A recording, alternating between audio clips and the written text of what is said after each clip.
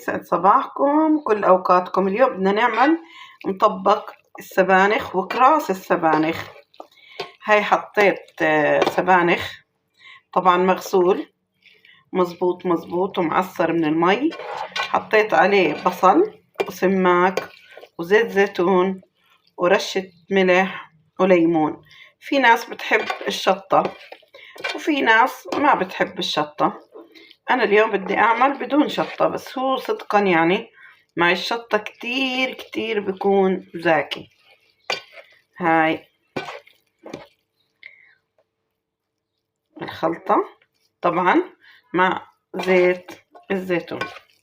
هاي الخلطة شوفوا منظرها كيف بشهي.